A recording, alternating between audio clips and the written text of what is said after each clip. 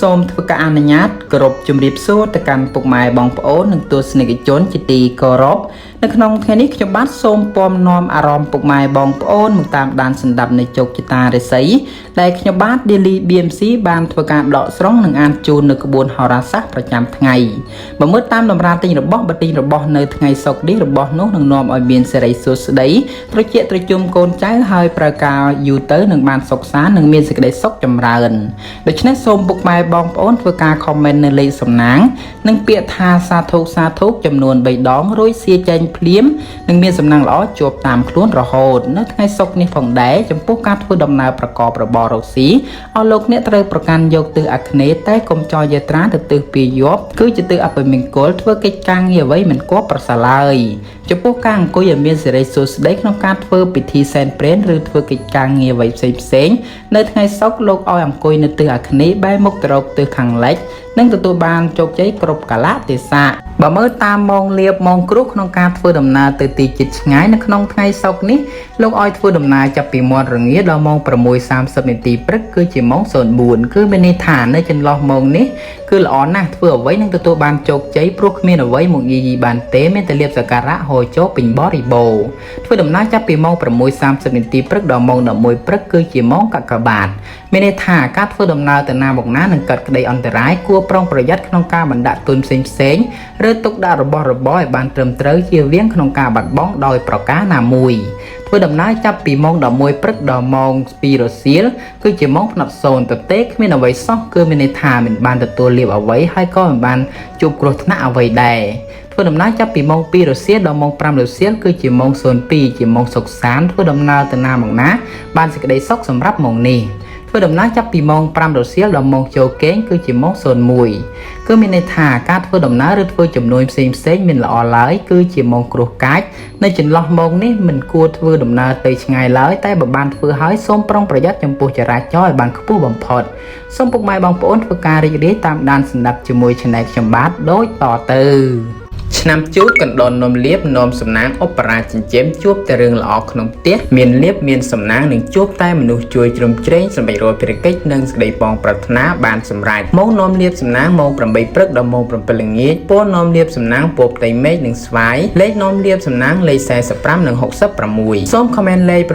678 យកលៀបសម្បត្តិមហាសេដ្ឋីចំពោះឆ្នាំជូតនៅក្នុងថ្ងៃនេះដោយសារដួងរាសីរបស់លោកអ្នកល្អជាមធ្យមដូច្នេះដំណើរជីវិតរបស់លោកអ្នកមានការជឿនលឿនទៅមុខសន្ធឹមសឹមដើម្បីធ្វើអ្វីក៏តែងតែឆ្លើយតបមកវិញគ្រាន់ជាទីកក់ក្ដៅត្រឡប់មកវិញផងដែរសម្រាប់អ្នកប្រកបរបរជួញដូររកស៊ីមានការជឿនលឿនទៅមុខគួរសមហើយបើចង់បើករបរថ្មីក៏តែងតែផ្ដល់ផលល្អមកវិញគ្រាន់ជាទីកក់ក្ដៅផងដែររាជការធ្វើដំណើរទៅទីជិតឆ្ងាយមិនថាទៅទីកន្លែងណាក៏ដោយមានសុខសុវត្ថិភាពប៉ុន្តែក៏បីមានការប្រុងប្រយ័ត្នបន្តិចទើបគ្មានបញ្ហាអាក្រក់ណាមួយឈានចូលមកកើតរីឯសម្ព័ន្ធភាពស្នេហាកំឡោះក្រមុំបើចេះអត់ឱនឲ្យគ្នាទៅប្រសើរពីព្រោះថាការចង់យកចាញ់ឈ្នះគ្នានោះគឺមិនសូវល្អសោះឡើយ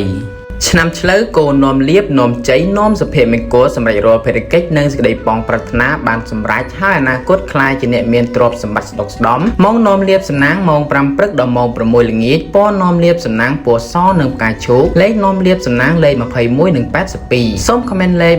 168 យកលៀបសម្បត្តិអភិជនចំពោះឆ្នាំឆ្លូវនៅក្នុងថ្ងៃនេះដោយសារដួងរាសីរបស់លោកអ្នកឡើងខ្ពស់ត្រដែតដូច្នេះលោកអ្នកអាចទទួលដំណឹងល្អពីរឿងអ្វីមួយធ្វើឲ្យសម្រេចចិត្តផងក្រៅពីនេះចំពោះបញ្ហាប្រាក់កាសឬការងារឃើញថាមានការរីកចម្រើនលូតលាស់ទៅមុខនិងតែងតែហុចផលជាផ្លែផ្កាមកវិញគួរជាទីពេញចិត្តផងអ្នកប្រកបមុខរបរជួញដូររកស៊ីមានការធ្វើដំណើរទៅជួញទៅជិតឆ្ងាយនោះគឺល្អប្រសើរខ្លាំងណាស់បើចង់បើកចំនួនថ្មីគឺល្អគួរសមរីឯការធ្វើដំណើរទៅទីជិតឆ្ងាយជួបសេចក្តីសុខសេមសាន្តទាំងពេលទៅនិងពេលត្រឡប់មកវិញរីឯសម្ព័ន្ធភាពស្នេហាកំណោះក្រមុំនៅក្នុងថ្ងៃនេះមានអ្វីលេចធ្លោទេតែបើលោកអ្នកមានចំនួនវិវាទហើយចង់ធ្វើការដោះស្រាយក៏តែងតែសម្រេចដូចគោលបំណងឆ្នាំខាលខ្លាសេដ្ឋីចិញ្ចឹមមានប្រាជ្ញាឆ្លៀសវៃមានគំនិតភ្លឺថ្លាហើយអនាគតខ្លាយជាអ្នកមានអំណាចម៉ោងនាំលៀបសំណាងម៉ោង 4 ព្រឹកដល់ម៉ោង 4 ល្ងាចពណ៌នាំលៀបសំណាងពណ៌ទឹកក្រូចនិងឈាមជ្រូកលេខនាំលៀបសំណាងលេខ 27 និង 69 សូមខមមិនលេខ 168 យកលៀបសម្បត្តិអភិជនចំពោះឆ្នាំខាលនៅក្នុងថ្ងៃនេះដោយសារដួងរាសីរបស់លោកអ្នកឡើងខ្ពស់ត្រដែតដូច្នេះទោះបីធ្វើអ្វីក៏តែងមានការគ្រប់គ្រងនិងជួយជ្រោមជ្រែងពីអ្នកដទៃផងដូច្នេះលោកអ្នកត្រូវបើកចិត្តឲ្យទូលាយហើយធ្វើ អ្វីត្រូវមើលគេមើលឯងនោះផលល្អៗនឹងឆ្លើយតបមកវិញគួរជាទីពេញចិត្តជាពុំខានសម្រាប់អ្នកប្រកបមុខរបរចេញដូររកស៊ីបញ្ហាប្រកាសមានការលូតលាស់ទៅមុខគ្រាន់បើហើយបើទោះបីមិនច្រើនក៏មានការចូលមកគ្រាន់បំពេញបំពង់អញ្ចឹងដែរតែការធ្វើដំណើរទៅទីជិតឆ្ងាយជួបសេចក្តីសុខសេមក្សាទាំងពេលទៅនិងពេលត្រឡប់មកវិញរីឯសម្ព័ន្ធភាពស្នេហាកំឡោះក្រមុំមានភាពផ្អែមល្ហែមនិងស្រស់ស្រាយប្រពៃណាឆ្នាំថោះទន្សាយមាសមានបារមីដេកជាប្រាជ្ញាឆ្លៀសវៃមានគេជួយជ្រោមជ្រែងអនាគតបានខ្លាយជាអ្នកមានទ្រព្យនិងមានអំណាចមកនាំលៀបសំណាងម៉ោង5ព្រឹកដល់ម៉ោង6ល្ងាចពណ៌នាំលៀបសំណាងពណ៌សនិងខ្មៅលេខនាំលៀបសំណាងលេខ1និង69សូមខមមិនលេខ999យកលៀបសម្បត្តិអ្នកមានជនខ្ពស់ចំពោះឆ្នាំថោះនៅក្នុងថ្ងៃនេះដោយសារដួងរាសីរបស់លោកអ្នកស្រុតចុះដូច្នេះធ្វើឲ្យអារម្មណ៍របស់លោកអ្នកងាយជួបបញ្ហាតបប្រមល់បង្កើតជារឿងរ៉ាវជាមួយអ្នកដទៃណាគប្បីមានការប្រយ័ត្នប្រយែងបន្តិចទៅគ្មានបញ្ហាមិនល្អណាមួយកើតឡើងក្រៅពីនេះការប្រកបការងារក៏តែងតែមានការរៀងស្ទះនិងមានបញ្ហាច្រើនជាងសពម្ដងរីអ្នកប្រកបមុខរបរចេញដូររកស៊ីការចេញធ្វើចំនួនទីជិតឆ្ងាយមិនថាផ្លូវគោផ្លូវទឹកផ្លូវអាកាសក្តីលោកអ្នកតលតែខិតខំខ្លាំងទៅអាចរកផលកម្រៃគ្រាន់ចិញ្ចឹមគ្រួសារទៅរួចរីឯការធ្វើដំណើរទៅទីជិតឆ្ងាយមិនសូវមានសុវត្ថិភាពប៉ុន្មានទេគប្បីបន្ថែមការប្រុងប្រយ័ត្នបន្តិចទៅប្រសើររីឯសម្ព័ន្ធភាពស្នេហាកំឡោះក្រមុំកើតមានការអស់សង្ឃឹមព្រោះតែម្នាក់គិតច្រើនតែម្នាក់ឯងឆ្នាំរោងអ្នកករាជមានរិទ្ធមានអំណាចអ្នកតែងមានគំនិតជ្រះថ្លាប្រាជ្ញាវាងវៃប្រាថ្នាអ្វីបានសម្រេចធ្វើការងារតូចធំរមែងតែងមានអ្នកទំនុកបំរុងគ្រប់សពបែបយ៉ាងមកនាំលៀបសំណាងម៉ោង6ព្រឹកដល់ម៉ោង8យប់ពណ៌នាំលៀបសំណាងពណ៌ខ្មៅនិងស្វាយលេខនាំលៀបសំណាងលេខ19និង29សូមខមមិនលេខ555យកលៀបសម្បត្តិសំពៅលួងចំពោះឆ្នាំរោងនៅក្នុងថ្ងៃនេះដោយសារដួងរាសីរបស់លោកអ្នកល្អជាមធ្យមដូច្នេះទោះបីកើតបញ្ហាអ្វីក៏ដោយត្រូវរក្សាភាពស្ងប់ស្ងាត់ហើយមិនត្រូវត្រងែងត្រងាងនោះឡើយបើពុំនោះទេនឹងដូចពាក្យចាស់លោកពោលថាយកសង្ឃទៅជិះនឹងភ្លើងបន្ថែមជាពុំខានរីឯការរស់នៅជួបភាពប្រទែងប្រទើសនិងបញ្ហាច្រើនរីអ្នកប្រកបមុខរបរជួញដូររកស៊ីនៅក្នុងថ្ងៃនេះផងដែរជួបបញ្ហាប្រាក់ចំណូលបន្តិចក្តីតែយ៉ាងណាការជួញទីជិតឆ្ងាយអាចរកផលកម្រៃហូរចូលតក់គ្រួនបំពេញបំពង់ផងរីឯការធ្វើដំណើរទៅទីជិតឆ្ងាយជួបភាពប្រទែងប្រទើសបន្តិចតែមានសុខដុមល្អរីឯសម្ព័ន្ធភាពស្នេហាកំឡោះក្រមុំមានការប្រឆាំងនិងចង់ចាញ់ឈ្នះគ្នាច្រើនដូច្នេះត្រូវកាត់បន្ថយចំនួនវិវាទខ្លះទើបគ្មានរឿងអ្វីអាក្រក់នាថ្ងៃខាងមុខបានឆ្នាំអសាញ់ពោះទេវតាននំលៀបឧបរាជចិញ្ចែមមានជ័យជំនះមនុស្សស្រឡាញ់រាប់អានច្រើនមកនាំលៀបសំណាងម៉ោង8ព្រឹកដល់ម៉ោង10យប់ពណ៌នាំលៀបសំណាងពណ៌ប្រផេះនិងបៃតងលេខនាំលៀបសំណាងលេខ20និង66សូមខមមិនលេខ998យកលៀបសម្បត្តិសំពៅលួងចំពោះឆ្នាំអសាញ់នៅក្នុងថ្ងៃនេះដោយសារដួងរាសីរបស់លោកអ្នកឡើងខ្ពស់ត្រដែតដូច្នេះយូនបានងើបខ្ពស់ដូច្នេះជាឱកាសល្អសម្រាប់លោកអ្នកបំពេញកិច្ចការងារឬសម្រេចចិត្តធ្វើអ្វីមួយព្រោះមិនត្រឹមតែឆាប់បានទទួលផ្លែផ្កាទេគឺនៅមានមនុស្សការពារគ្រប់គ្រងច្រើនទៀតផងរីឯការបំពេញការងារមានលក្ខណៈពេញដៃពេញជើងហើយក្រុមមនុស្សជួយជ្រោមជ្រែងជានិច្ចសម្រាប់អ្នកប្រកបមុខរបរជួញដូររកស៊ីមិនថាការជួញទីជិតឆ្ងាយក៏តែងតែអាចប្រមូលភោគផលត្រឡប់ទៅផ្ទះវិញគួរជាទីគប់បំណងផងរីឯការធ្វើដំណើរទៅទីជិតឆ្ងាយជួបសេចក្តីសុខសេមក្សាន្តដោយសពម្ដងរីឯសម្ព័ន្ធភាពស្នេហាប្រុសស្រីមានភាពត្រជាក់ត្រជុំដោយទឹកអម្រឹតឆ្នាំមមីសេះមេតបនំលៀបឧបរាជចិញ្ចែមមានសំណាងឈ្នះរមាស្ត្រីគ្រប់ច្រឡហកឡើងបនឡើងសាក់ឡើងទួនាទីមកនាំលៀបសំណាងម៉ោង4ព្រឹកដល់ម៉ោង9យប់ពណ៌នាំលៀបសំណាងពណ៌ខ្មៅនិងសលេខនាំលៀបសំណាងលេខ69និង99សូមខមមិនលេខ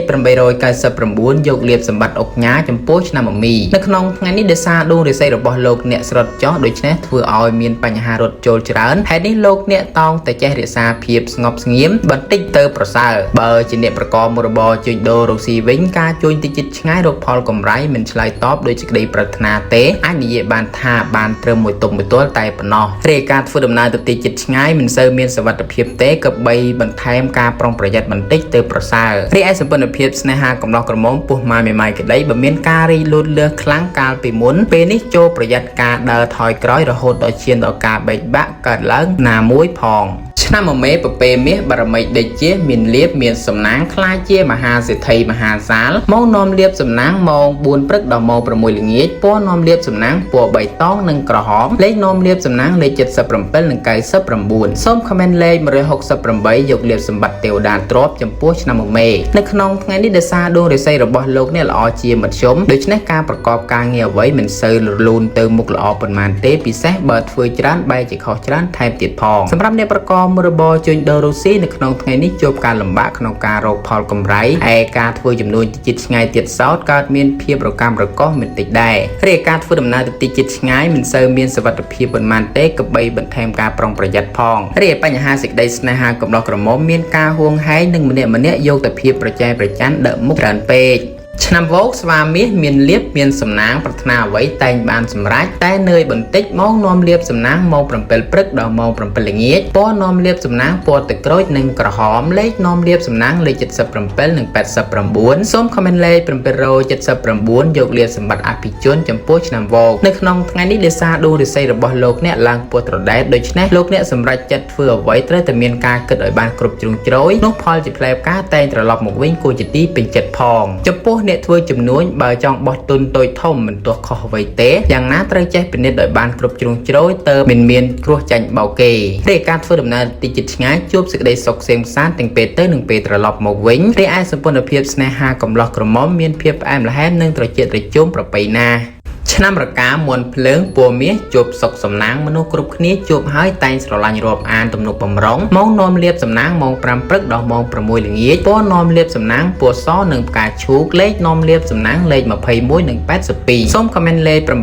888យកលៀបសម្បត្តិកហបតីជនខ្ពស់ចំពោះឆ្នាំរកានៅក្នុងថ្ងៃនេះដោយសារដួងរាសីរបស់លោកអ្នកឡើងខ្ពស់ត្រដែតដូច្នេះបញ្ហាតូចធំបានចាក់ចេញឆ្ងាយទៅហើយលោកអ្នកអាចប្រកបកិច្ចការងារអ្វីឃើញថាមានការជឿនលឿនទៅមុខផងរីឯការរស់នៅមានភាពភ្លឺថ្លាគួរសមហើយពិសេសអាចមានក្រុមមនុស្សជួយជ្រោមជ្រែងថែមទៀតផងចំណែកឯអ្នកប្រកបមុខរបរជួញដូររកស៊ីលោកអ្នកត្រូវបង្កើនការទំនាក់ទំនងជាមួយអ្នកដទៃឲ្យបានច្រើនព្រោះថាអាចទទួលផលប្រយោជន៍មកវិញជាពុំខានរីឯការធ្វើដំណើរទៅទីជិតឆ្ងាយជួបសេចក្តីសុខសេមសានដោយសមម្ដងរីឯបញ្ហាសេចក្តីស្នេហាកំឡោះក្រមុំពោះម៉ាយមីម៉ាយក្តីមានការរីកចម្រើនទៅមុខនិងកំពុងបើកទំព័រស្នេហាថ្មីសម្រាប់លោកអ្នកហើយឆ្នាំចស្នក់មានលៀបមានសំណាងពោពេញទៅដោយសុភមង្គលជាពិសេសអនាគតខ្លាយជាសេដ្ឋីកហបតីចិនខ្ពស់ម៉ោងនាំលៀបសំណាងម៉ោង6ព្រឹកដល់ម៉ោង6ល្ងាចពណ៌នាំលៀបសំណាងពណ៌សនិងក្រហមលេខនាំលៀបសំណាងលេខ11និង61សូមខមមិនលេខ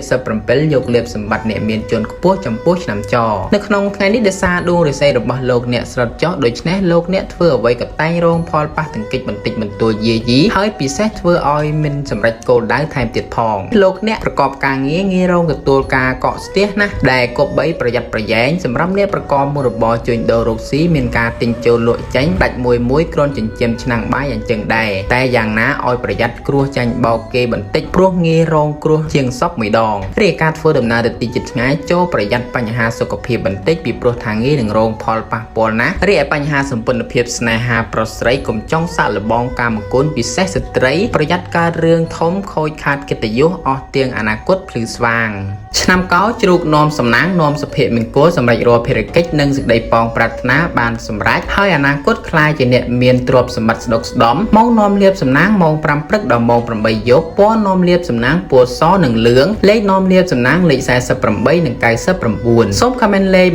168យកលៀបសម្បត្តិសំពៅលួងចំពោះឆ្នាំកោនៅក្នុងថ្ងៃនេះដោយសារដួងរាសីរបស់លោកអ្នកល្អជាមធ្យមដូច្នេះយូនរបស់លោកអ្នកស្ថិតនៅលើកំណាត់ផ្លូវរដេបរដប់ច្រើនទោះបីកាន់កិច្ចការងារអ្វីក៏ដោយតោងតែចេះប្រយ័ត្នប្រយែងព្រោះមានក្រុមមនុស្សបាបមិត្តចាំតែបង្កាច់បង្ខូចកេរ្តិ៍ឈ្មោះរបស់លោកអ្នកសម្រាប់អ្នកប្រកបមុខរបរជួញដូររកស៊ីក្នុងរយៈពេលនេះមុននឹងបោះទុនរកស៊ីអ្វីមួយត្រូវចេះគិតគូរឲ្យបានច្បាស់លាស់ជាមុនសិនទើបមិនមានបញ្ហាណាមួយយាយីទៅបានរីឯបញ្ហាសុខភាពរបស់លោកអ្នកពុំសូវល្អទេចូលប្រយ័ត្នការធ្លាក់ខ្លួនឈឺដោយប្រការណាមួយរីឯការធ្វើដំណើរទៅទីជិតឆ្ងាយមិនសូវមានសុវត្ថិភាពប៉ុន្មានទេពិសេសអ្នកបើកបរហាមសេពគ្រឿងស្រវឹងដាច់ខាតរីឯបញ្ហាសេចក្តីស្នេហាប្រុសស្រីងាយមានជម្លោះវិវាទនិងពាក្យមុខយៈដាក់គ្នាណាស់ដែរ